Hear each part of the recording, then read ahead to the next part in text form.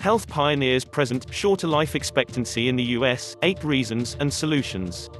If you are new to this channel, hit the subscribe button and turn on the notification bell for more relevant health topics. Did you know that the US is spending nearly twice as much on health care than other developed, high-income countries, but we have a lower life expectancy? Recent data, published in November of 2019, highlights that US life expectancy has actually decreased since 2014, after it continued in rise after 1959.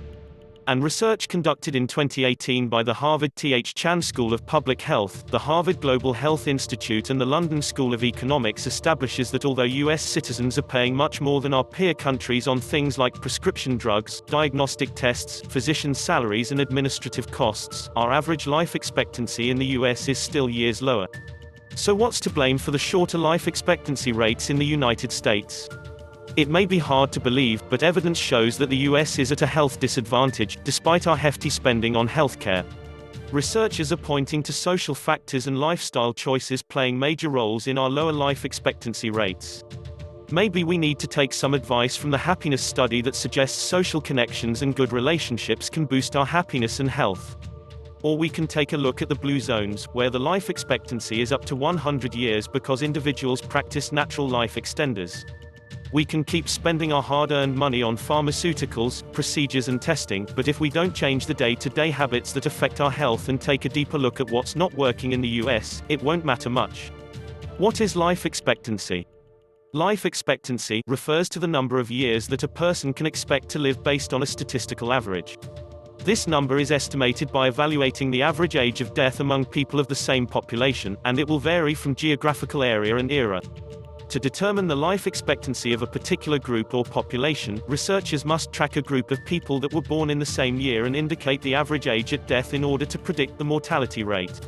But the tricky part is that life expectancy rates also take into account observed improvements in mortality, so researchers must be able to project death rates for future years as well.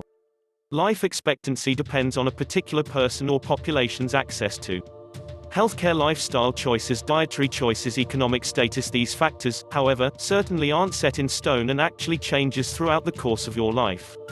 Life expectancy is the average age that a person will die, which means that most people aren't going to live exactly that long.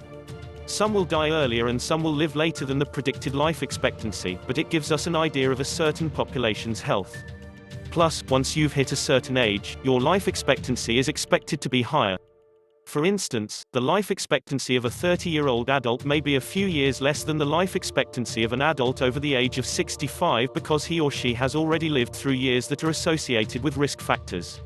The latest study findings and analysis published last month in JAMA found that US life expectancy decreased for 3 consecutive years after 2014. For the most part, researchers suggest that the reduced life expectancy is due to excess deaths among young and middle-aged adults.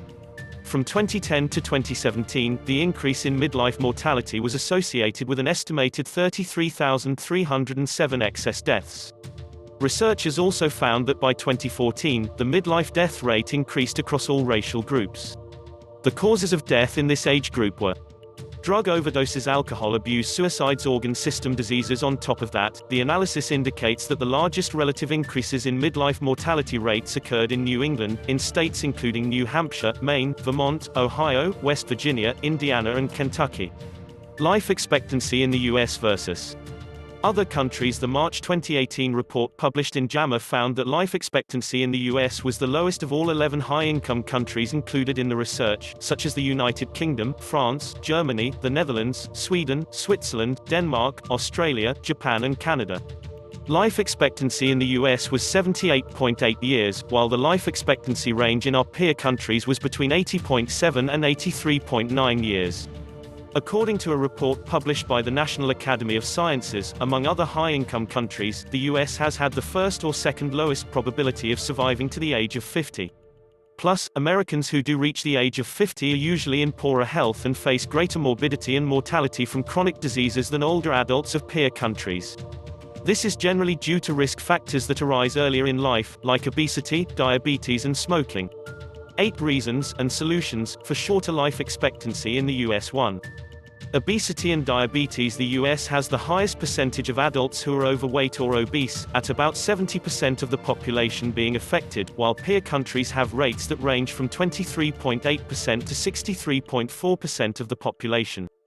And research shows that American adults aged 20 years and older have the highest prevalence rates of diabetes among peer countries. Although Americans are less likely to smoke than citizens of our peer countries, and even drink alcohol less heavily, they consume the most calories per person. Plus, patterns of food consumption in the US is very much shaped by environmental factors, including actions made by food and agriculture industries, and the foods that are being offered at our grocery stores and restaurants. To treat obesity naturally, and eliminate this preventable reason why we have a shorter life expectancy in the US, focus on bringing whole, nutrient-dense foods into your diet and cutting out sugary, processed and packaged foods.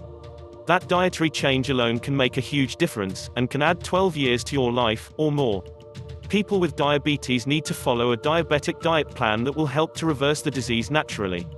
2. Heart disease. According to a 2013 report entitled U.S. Health in International Perspective, the death rate in the U.S. from ischemic heart disease is second highest among 17 peer countries. The report explains that Americans reach age 50 with a less favorable cardiovascular risk profile than their peers in Europe, and adults over age 50 are more likely to develop and die from cardiovascular disease than are older adults in other high-income countries. To reduce the prevalence of coronary heart disease, it's important to adjust your diet, reduce stress levels and exercise regularly. It's also important to get 5 heart disease tests that will help you to better predict your risk of heart disease. These tests include an EKG, a limited CT scan and 3 blood tests. 3. Chronic respiratory diseases. Research published in JAMA indicates that chronic respiratory diseases, including COPD and asthma, are causing a substantial health and financial burden in the US. In 2015, chronic respiratory diseases were the 5th leading cause of death in this country. The World Health Organization suggests that chronic respiratory disease rates may be caused by environmental factors, like air pollution and unhealthy housing, poor indoor air quality, smoking and occupational exposure to chemicals and dusts.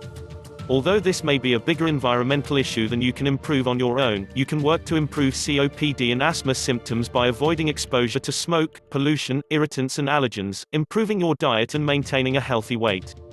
4. Drug abuse. Compared to our peer countries, Americans lose more years of life because of drug abuse.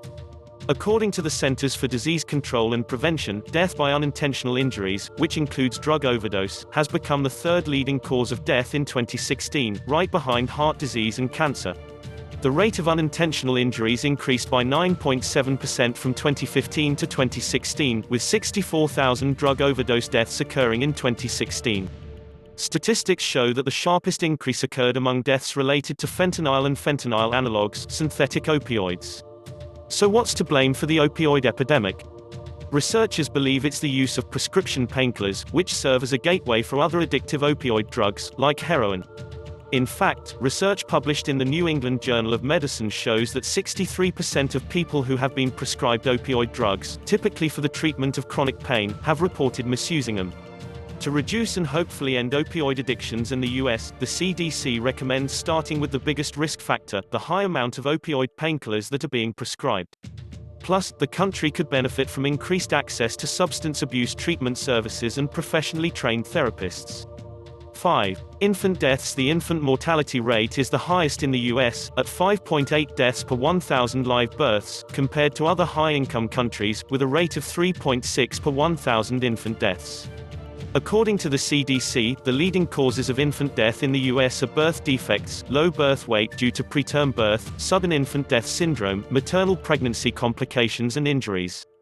To lower the US infant death rate, the CDC recommends addressing social, behavioral and health risk factors that contribute to infant mortality. This includes improving perinatal care in the US, educate new parents about the risk of SIDS and accidental injuries during infancy, and building maternal and child support through health agencies and institutions.